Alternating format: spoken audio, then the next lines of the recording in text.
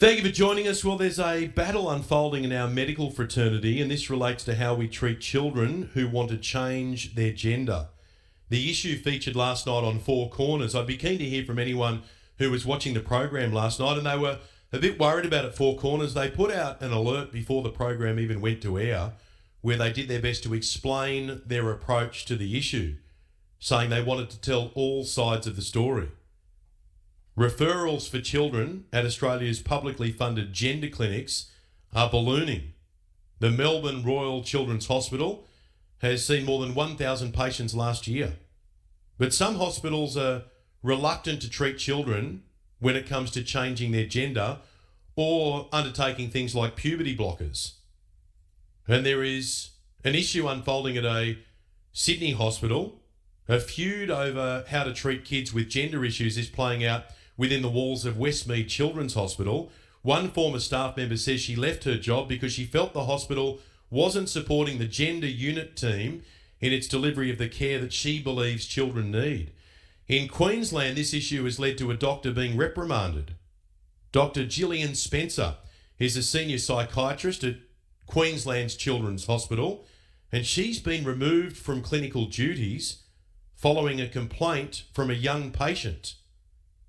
Dr. Gillian Spencer is now fighting the decision with the Queensland Human Rights Commission.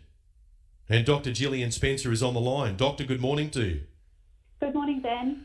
This is a sensitive one, but you've got some strong views. Why don't you sum them up for me?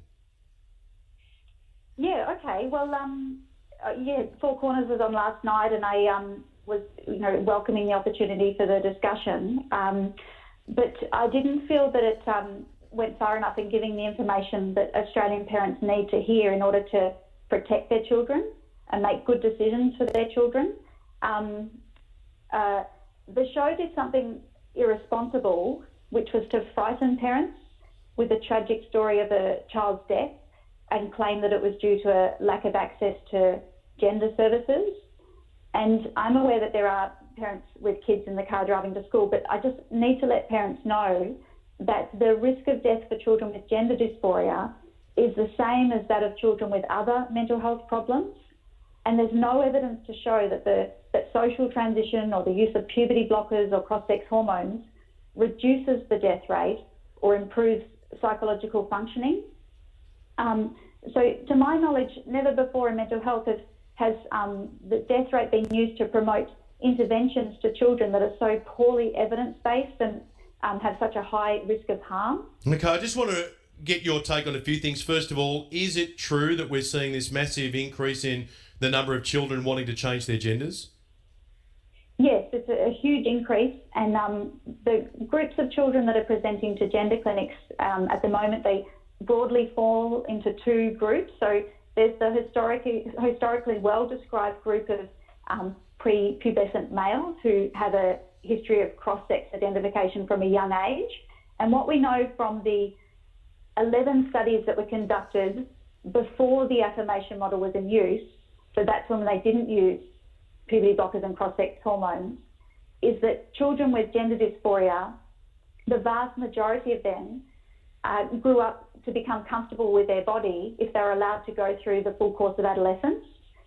So, and then with this historically well-described group of prepubescent boys, a significant proportion of them ended up being gay.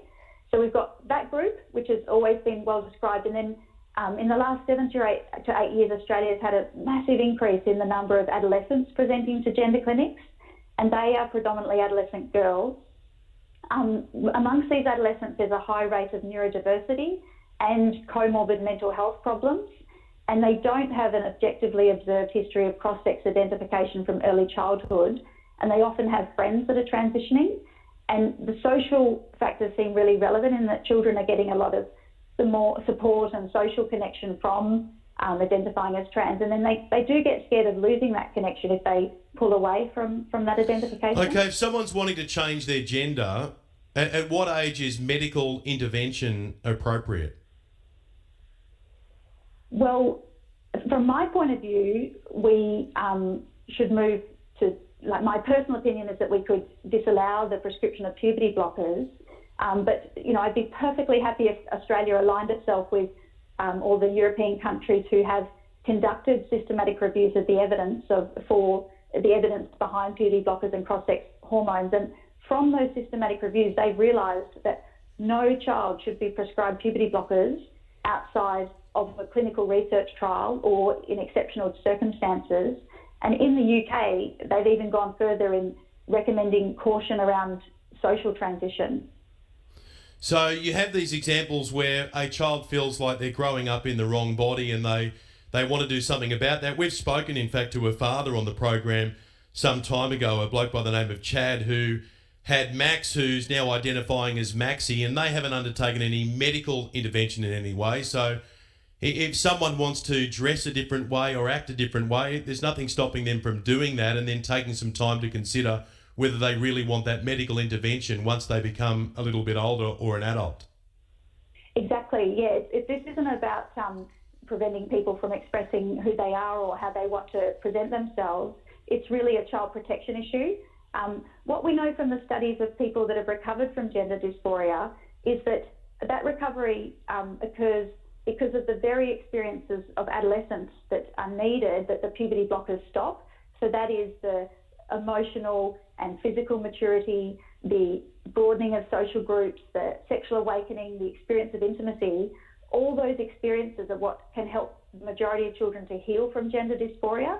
And so the puberty blockers, when they're prescribed, they usually are given in Tanner stage 2, which is age 10 to 12. They really lock the child into the gender dysphoria. And so what we know from the widespread use of puberty blockers is that kids on puberty blockers, 98% of them will go on to take cross-sex hormones. In contrast to the studies from before the affirmation model, where 60 to 90% of children would heal in their gender dysphoria and become comfortable in their own bodies through the course of adolescence. No doubt the health experts here in Australia, like you, would be looking at the cases overseas where people have changed genders and then they've later regretted it and they've taken legal action against the gender clinics that treated them.